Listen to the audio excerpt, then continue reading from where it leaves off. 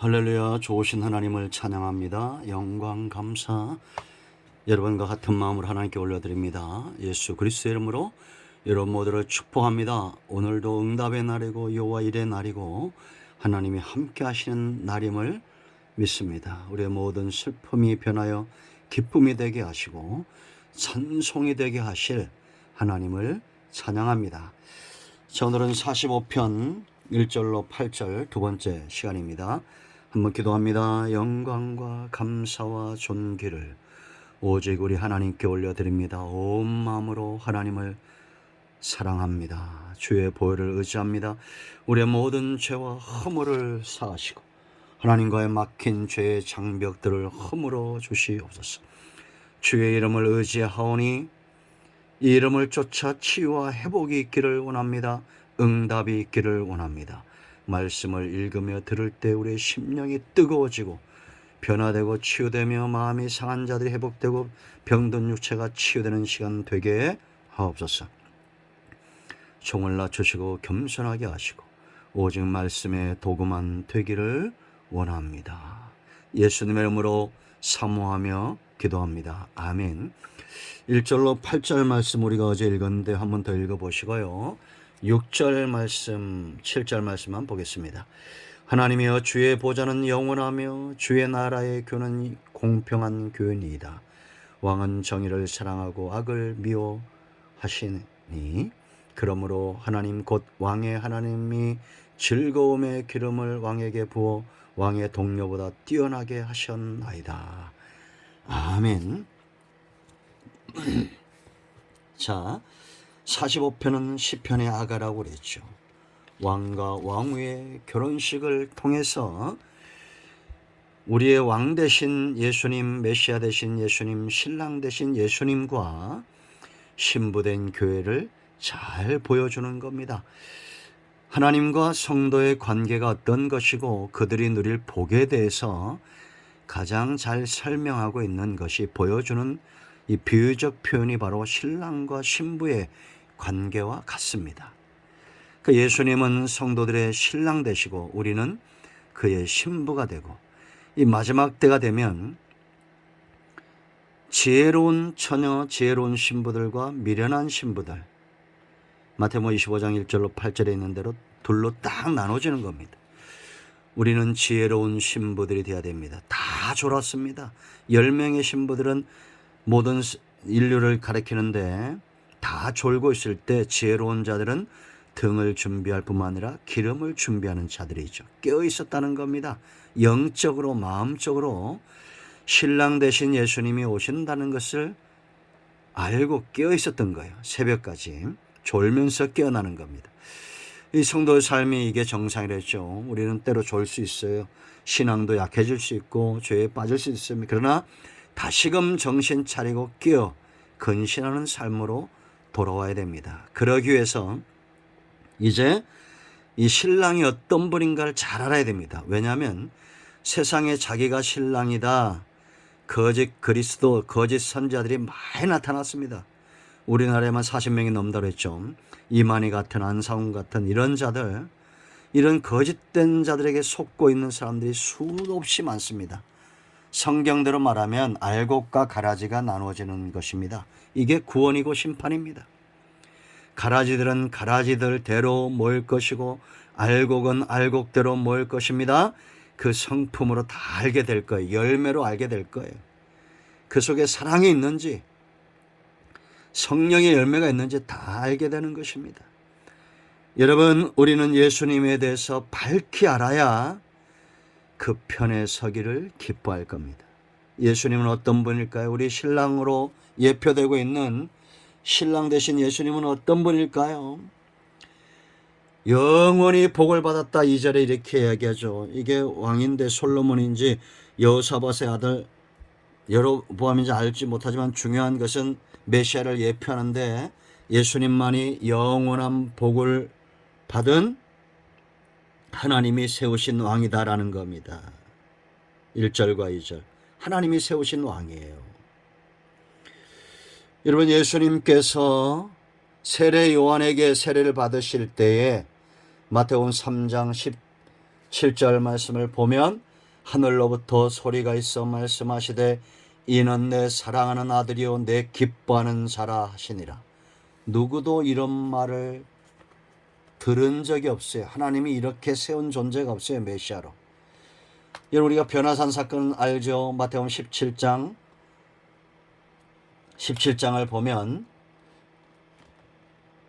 5절 말씀에 말할 때 호련히 빛난 구름이 그들을 덮으며 구름 속에서 소리가 나서 이르되 이는 내 사랑하는 아들이요 내 기뻐하는 자니 너희는 그의 말을 들으라 하시는지라.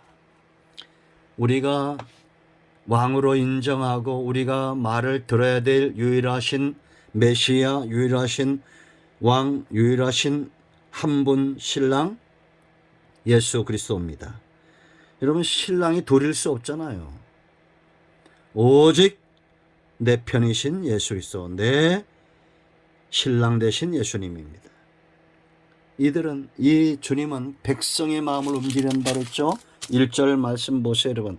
내 마음이 좋은 말로 왕을 위하여 지은 것을 말하겠다. 신랑 되신 주님을 만난 사람은 그 마음에 사랑의 노래가 있습니다. 사랑의 시가 있어요. 그 마음을 동하는 글이 있습니다.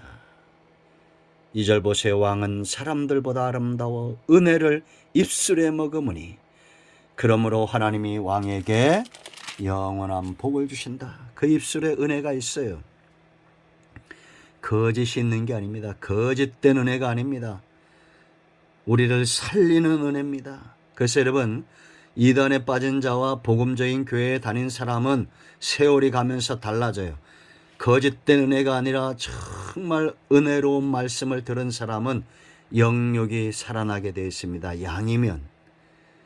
반대로 여러분, 복음적인 교회에 있어도 우리가 염소거나 일이면 세월이 가면서 영육이 골게 되어 있어요. 골아요. 속된 말로. 우리는 잡초 속에서도 꼴을 찾아내는 양이 되어야 된다고 그랬죠. 은혜를 머금으십시오. 오직 하나님이 세우신 왕은 예수 그리스도 외에는 없습니다. 이 복음을 외치는 교회, 이 복음을 가슴에 품고 있는 성도, 주님 편, 신랑 되신 주님 편에 서 있는 사람입니다. 하나님이 신랑으로 메시아로 세우신 유일한 분, 천하 사람 가운데 구원 얻을 만한 다른 이름을 주신 적이 없어요. 누구든지 주의 이름을 부르면 구원을 얻습니다. 하나님이 세우신 왕이에요. 두 번째, 위엄이 남달라요. 세상에 어떤 사람도 가질 수 없는 위엄. 3절 보세요. 위엄과 영화. 용사여 칼을 허리에 차고 왕의 영화와 위엄을 입으소서. 왕은 진리와 온유와 공의를 위하여 왕의 위엄을 세우시고 병거에 오르소서. 왕의 오른손이 왕에게 놀라운 일을 가르치리이다. 여러분, 이 왕이 힘만 있다고, 칼만 차고 있다고, 칼찬 호위병들을 많이 거느리고 있다고 해서 위엄이 있는 게 아니에요. 대통령이라고 여러분 권력만 있고 자리에 앉아 있다고 위엄이 있습니까? 아닙니다. 그 왕을, 그 대통령을 위엄 있게 하는 것이 있습니다. 오직 예수님만이 메시아가 되고 우리의 신랑 되신 이유가 4절에 있어요. 진리와 온유와 공의. 이 진리와 온유와 공의를 온전히 세우신 분, 오직 예수님이십니다. 하나님이 인정하시는 분. 진리, 진실입니다. 사람을 살리는 말입니다. 그 입에서 나오는 말로 내가 살고 있는 메시아 된 증거가 바로 내 삶에 있어요. 그 백성에게 있어요. 목자가 정말 선한 목자인 증거는 양에게 있다고 그랬죠. 진리의 말씀을 선포해서 살아난 증거가 양들에게 있습니다. 두 번째 성품, 온유한 성품이에요. 온유한 성품, 양을 위하여 기꺼이 죽는 성품. 모세의 성품이 세상의 모든 사람들보다 온유했다고 그랬죠. 메시아를 예표합니다. 모세 위에 떠나신 분, 양을 위하여 기꺼이, 백성을 위하여 기꺼이 십자가에 죽으신 온유한 성품. 공의, 세우시는 겁니다. 이 공의를 세우시는 결단. 누가 이 공의의 무게를 감당하겠어요? 죄 없는 사람입니다. 죄 없는 사람이 누가 있어요? 예수님 외에는 없습니다. 동정녀 탄생 거기에 있어요. 자, 세 번째, 정의로운 나라를 세우셔요. 나라를 위하여 기꺼이 싸우시는 분입니다. 그러므로 여러분, 왕은 나라를 걱정하고 백성을 걱정하고 자기 자신의 치부를 위하여 사는 자들이 거짓된 왕이고 거짓된 이단들이고 거짓된 나라입니다. 사탄의 왕국이에요. 거짓은 진실을 부리는 공의를 절대 이길 수 없습니다. 하나님의 나라는 정의로운 나라입니다. 자, 7절 보세요. 왕은 정의를 사랑하고 악을 미워한다고 그랬습니다. 그러므로 하나님께서 왕에게 이 왕을 즐거워하고 그에게 기름을 부어주시는 거예요. 이 정의로운 나라를 세우기 위해서 5절에 거짓된 왕, 원수를 염통을 뚫어 그 나라를, 그 왕을 무너뜨리는 겁니다. 승리의 왕이에요. 이 나라가 영원한 이유입니다. 6절 보세요. 하나님이여 주의 보좌는 영원하며 주의 나라의 규는 왜 영원합니까? 공평한 규기 때문에, 정의로운 나라이기 때문에 이 왕권이 영원한 겁니다. 이 백성들은 즐거워하고 하나님은 그를 즐거워하고 모든 동료보다 뛰어난 왕이에요. 세상에 그 어떤 왕보다 뛰어납니다. 자, 네 번째, 이 왕의 성품과 영화가 있어요. 8절 말씀 보세요. 숨길 수 없는 왕에게서 나는 향기가 있습니다. 왕의 모든 옷은 모략과 침향과 육개의 향기가 있으며 상하옥에서 나오는 현악은 왕을 즐겁게 하도다. 이 향기가 숨길 수 없죠. 이게 왕의 성품을 향에 비유한 겁니다. 숨길 수 없는 향품처럼 예수님에게서 나는 향기가 있어요. 모략과 침향과 육개의 향처럼 숨길 수 없는 왕의 향기가 있습니다. 상하국은 영화의 극치예요.